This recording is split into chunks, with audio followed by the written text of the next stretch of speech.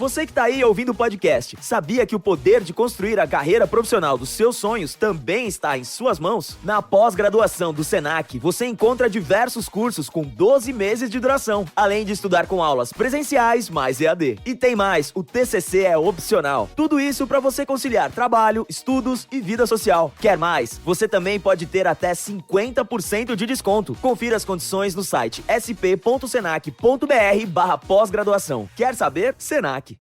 Enquanto você ouve suas músicas e podcasts favoritos, deixa eu te perguntar, você já sabe da novidade do ano? Chegou a nova Fiat Titano.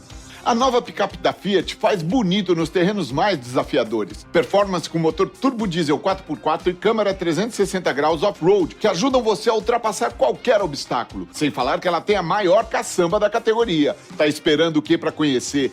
Nova Fiat Titano, chegou a sua vez de fazer história. Paz no trânsito começa por você.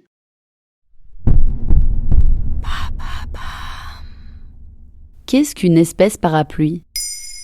Merci d'avoir posé la question. Cette semaine, maintenant vous savez, se met au vert à l'occasion de la Journée mondiale de l'environnement le 5 juin. Chaque jour, découvrez un sujet lié aux enjeux écologiques d'aujourd'hui et de demain.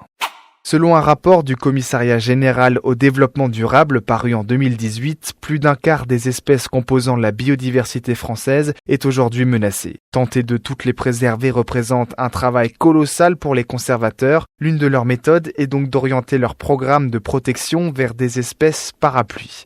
Des espèces dont le domaine vital est assez large pour que leur protection assure celle des autres espèces appartenant à la même communauté, selon l'écologue François Ramade. En les protégeant, elles, c'est comme si l'on mettait un parapluie protecteur au-dessus de tout l'écosystème environnant. Quelles espèces sont considérées comme parapluies ? On retrouve des espèces très connues et emblématiques comme le panda géant, le lynx, le hérisson ou encore le grizzly, mais aussi des espèces plus confidentielles comme l'outarde canepetière. Cet oiseau de campagne bénéficie depuis le début des années 2000 d'un programme de conservation spécifique au centre-ouest de la France. Ces espèces ont tout en commun d'avoir besoin de grands espaces pour survivre. Pour les protéger, il faut donc préserver ces larges habitats et leur écosystème. Panda, koala, hérisson, ces espèces sont aussi souvent particulièrement appréciées des humains. Derrière certaines espèces parapluies se dessine aussi un enjeu de communication. Elles sont aussi appelées espèces porte-drapeau par certains écologues pour l'aspect affectif qu'on leur porte. Après les terribles incendies qui ont ravagé les forêts australiennes entre octobre 2019 et février 2020, les associations et le gouvernement ont par exemple centré leur communication autour du koala pour illustrer les ravages subis, un moyen de sensibiliser le monde aux événements et de récolter des fonds alors que certaines espèces d'araignées, d'insectes ou d'oiseaux ont elles aussi subi de plein fouet ces incendies. Et en France, il y a des espèces parapluies. Outre l'outarde canepetière dont on parlait tout à l'heure, l'esturgeon ou encore le busard cendré font partie des espèces parapluies que l'on retrouve sur notre territoire.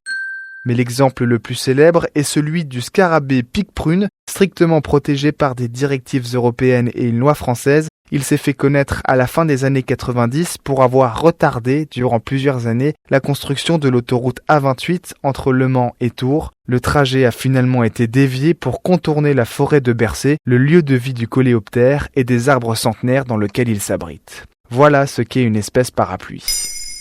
Maintenant, vous savez, un épisode écrit et réalisé par Jules Hauss. Ce podcast est disponible sur toutes les plateformes audio et pour l'écouter sans publicité, rendez-vous sur la chaîne Bababam Plus d'Apple Podcast.